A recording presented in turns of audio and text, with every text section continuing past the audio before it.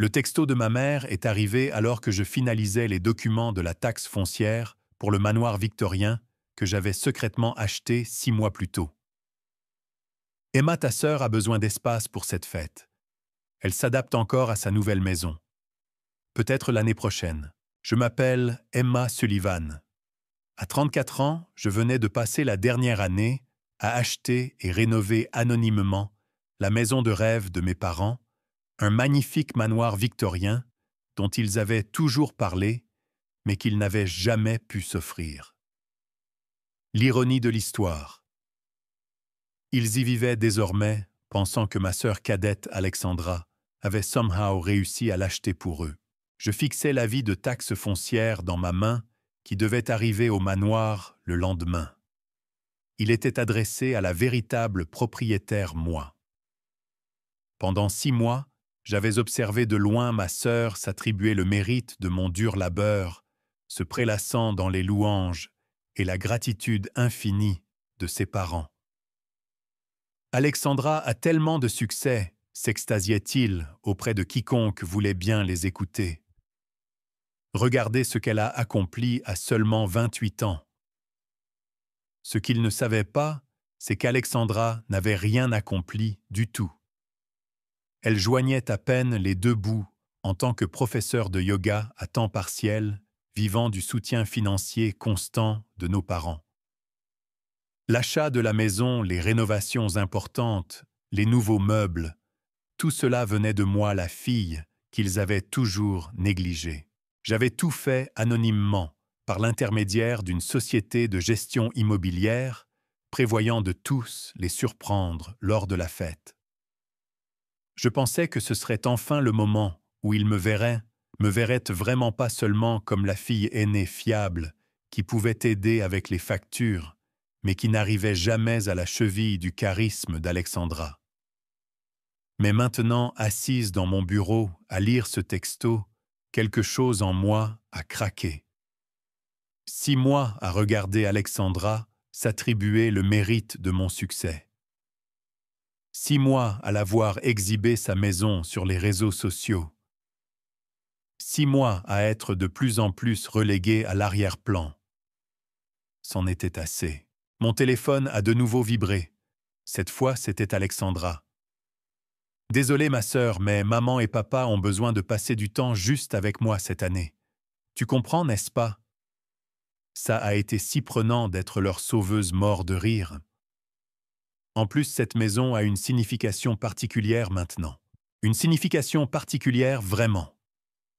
J'ai pris le téléphone de mon bureau et j'ai appelé Thomas, mon gestionnaire immobilier.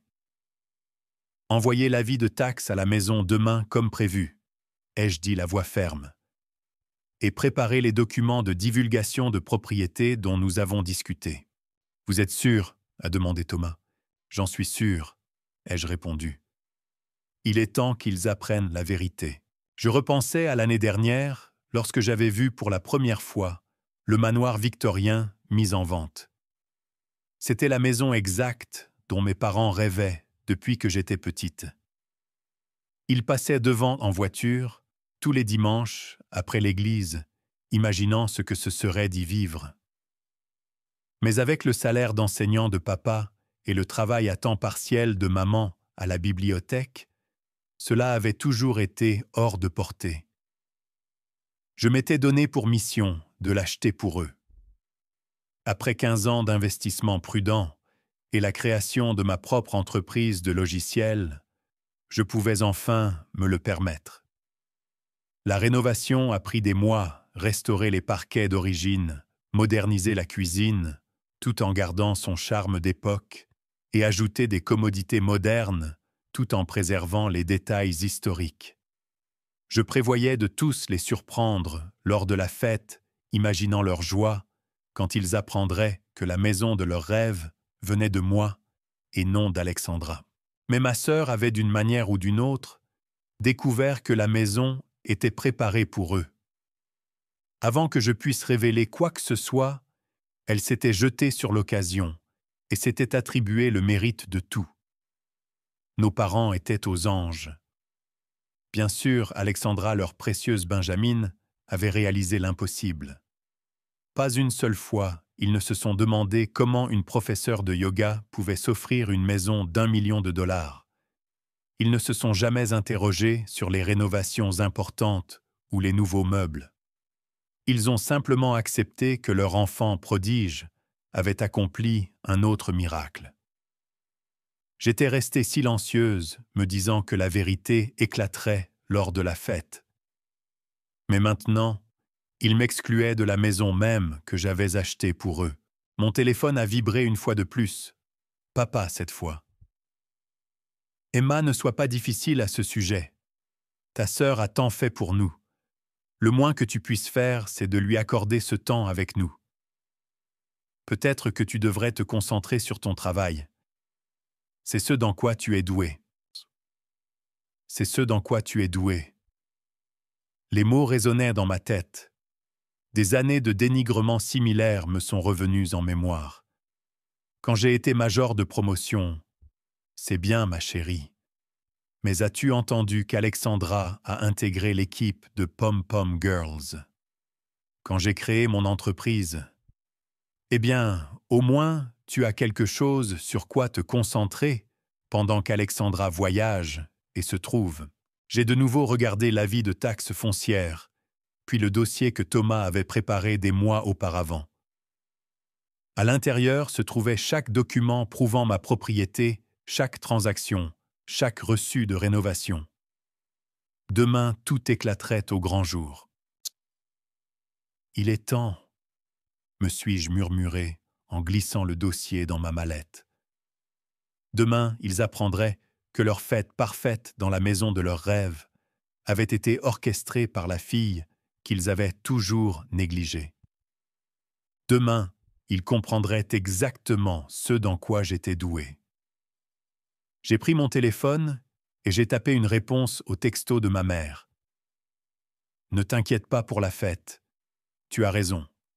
La maison a une signification particulière. Le courrier de demain te montrera à quel point elle est spéciale. » Le lendemain matin, j'étais assise dans mon bureau à regarder le flux de la caméra de sécurité que j'avais installée pendant les rénovations. À exactement 10h15, le camion postal s'est garé devant le manoir victorien. J'ai retenu mon souffle, tandis que le facteur livrait l'avis de taxes foncières, ainsi que le dossier que Thomas avait préparé. Mon téléphone s'est mis à sonner presque immédiatement. Le nom d'Alexandra s'est affiché à l'écran. J'ai refusé l'appel, la regardant à travers la caméra faire les 100 pas frénétiquement sur le porche, l'avis de taxes foncières serré dans sa main. En quelques minutes, la voiture de mes parents a dérapé dans l'allée. Emma. La voix de ma mère tremblait dans le message vocal qu'elle a laissé. Il doit y avoir une erreur. L'avis de taxes foncières, il est à ton nom. S'il te plaît, appelle-nous immédiatement. Je les ai regardés se blottir dans le grand hall d'entrée que j'avais méticuleusement restauré, se passant les documents. L'acte d'achat original, les contrats de rénovation, les reçus de meubles, tous portant mon nom ou celui de mon entreprise. Mon père a appelé ensuite. « Princesse, quel que soit le jeu auquel tu joues, il faut que ça cesse. Ta sœur a travaillé dur pour nous offrir cette maison. Si tu as fait quelque chose. » J'ai finalement répondu à son troisième appel. « As-tu seulement regardé les documents, papa, la date d'achat, les virements bancaires? Comment pensais-tu qu'Alexandra pouvait se permettre tout ça? » Silence. « Emma, a-t-il commencé, sa voix plus faible maintenant. Nous avons juste supposé. Vous avez supposé qu'Alexandra avait réussi à acheter et à rénover une maison d'1 million de dollars avec son salaire de professeur de yoga. Vous ne vous êtes jamais posé la question. À travers le flux de la caméra, j'ai vu mon père s'effondrer dans le fauteuil ancien que j'avais soigneusement choisi pour correspondre à l'esthétique originale de la maison. Ma mère se tenait figée, tenant toujours les papiers. Alexandra avait disparu à l'étage. Les parquets, ai-je poursuivi la voix ferme. Savais-tu qu'ils proviennent d'un entrepôt du 19e siècle à Boston? J'ai passé des semaines à les trouver. Les comptoirs de la cuisine sont en marbre italien importé. Les luminaires sont des pièces victoriennes authentiques que j'ai fait restaurer. Chaque détail de cette maison a été choisi par moi, pour vous.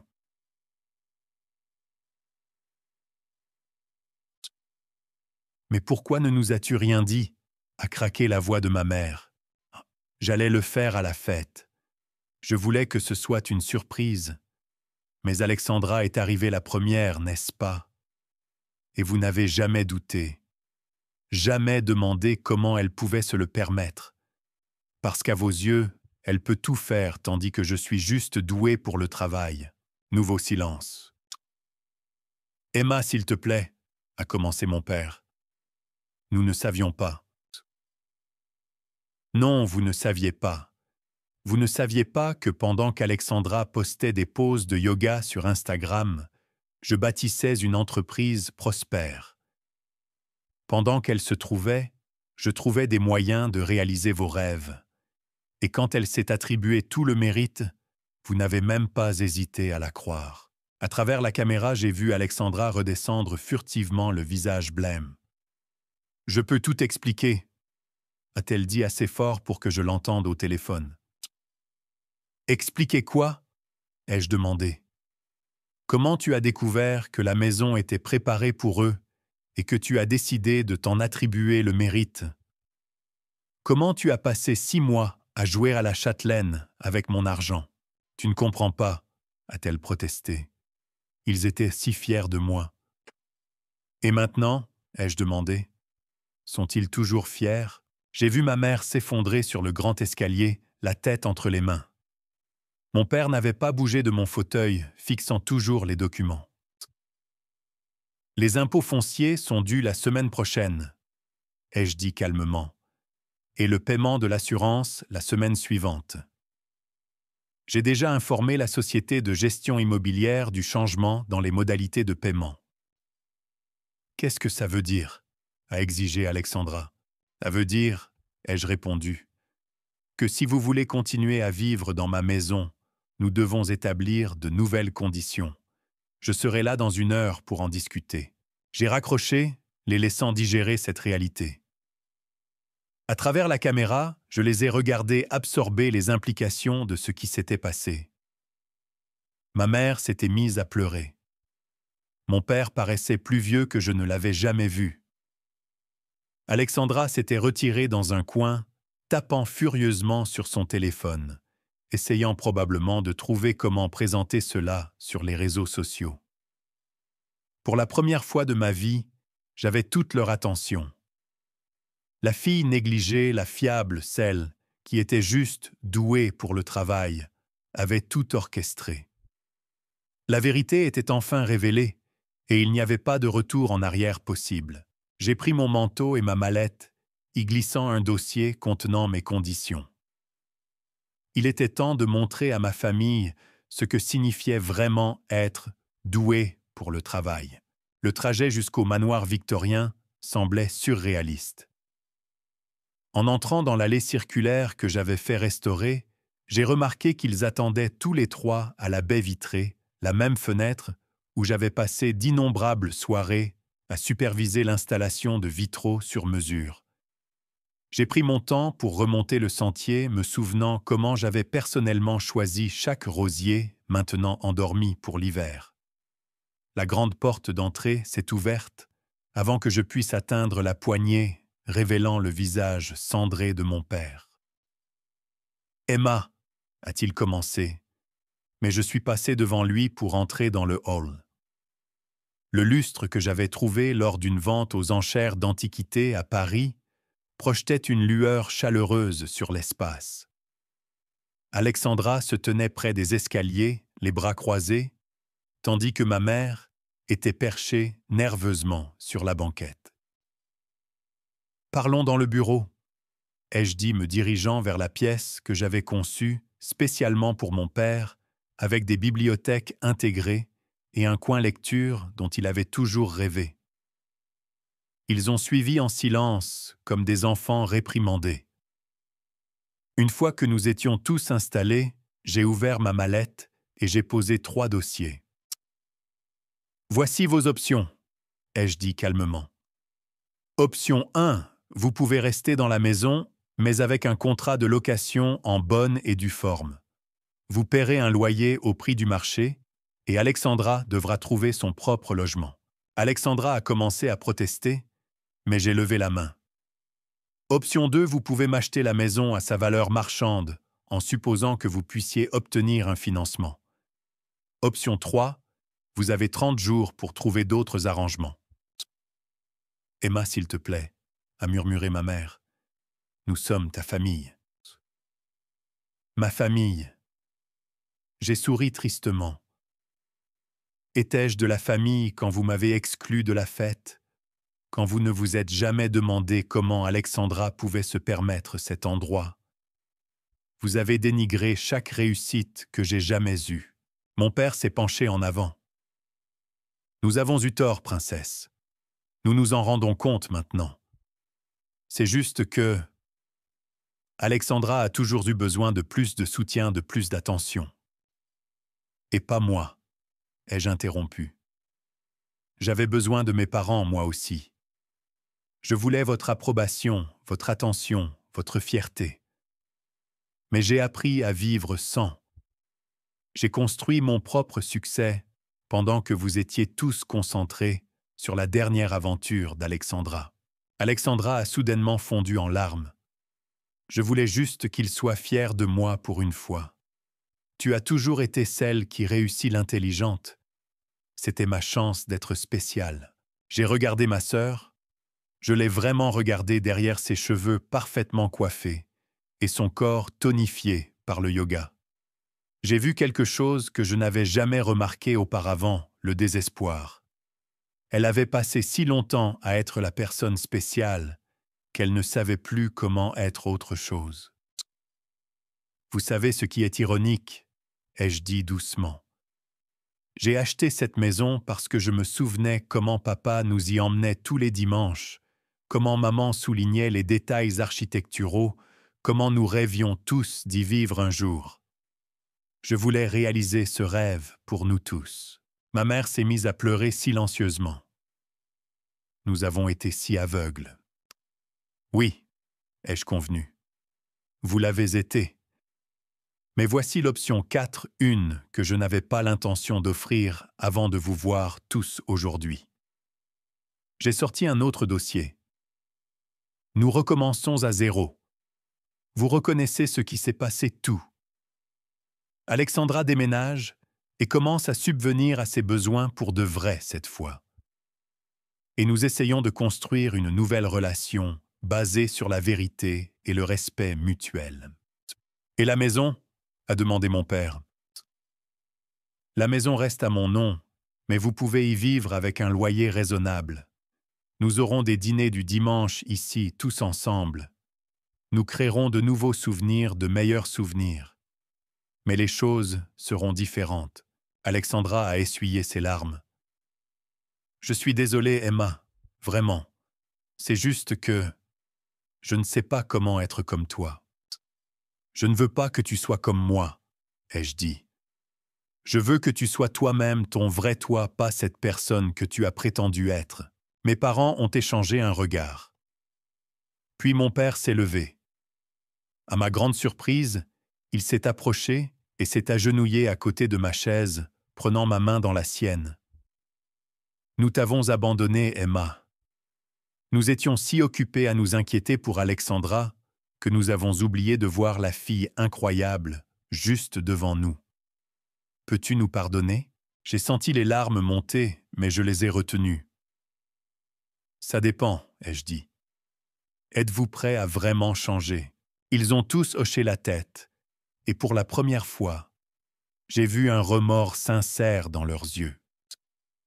Alors oui, ai-je dit, nous pouvons essayer, en commençant par la fête. Tu viendras, a demandé ma mère avec espoir. Mieux, j'ai souri. Je serai l'hôte, dans ma maison, et nous le ferons correctement cette fois. 2 semaines plus tard, la veille de la fête, je me tenais dans le même hall d'entrée, regardant ma famille disposer les cadeaux sous le sapin. Alexandra, qui vivait maintenant dans un modeste appartement et poursuivait sérieusement sa certification de professeur de yoga, aidait maman à accrocher les chaussettes. Papa rangeait ses livres dans le bureau, s'exclamant de temps en temps pour partager un passage intéressant. La maison semblait différente maintenant, plus chaleureuse, plus honnête. Plus de faux-semblants, plus de façades, juste une famille qui apprenait à se voir clairement pour la première fois. En sirotant mon chocolat chaud dans l'entrée, j'ai souri à l'avis de taxes foncières, toujours bien en évidence, sur la table du couloir, mon nom clairement visible en haut. Parfois, les plus beaux cadeaux ne sont pas ceux emballés dans du joli papier, mais les vérités honnêtes qui nous libèrent. Le manoir victorien était enfin devenu ce que j'avais toujours voulu qu'il soit. Pas seulement une maison, mais un foyer. Notre foyer. Un endroit où chaque membre de la famille pouvait être vu, entendu et apprécié pour exactement ce qu'il est.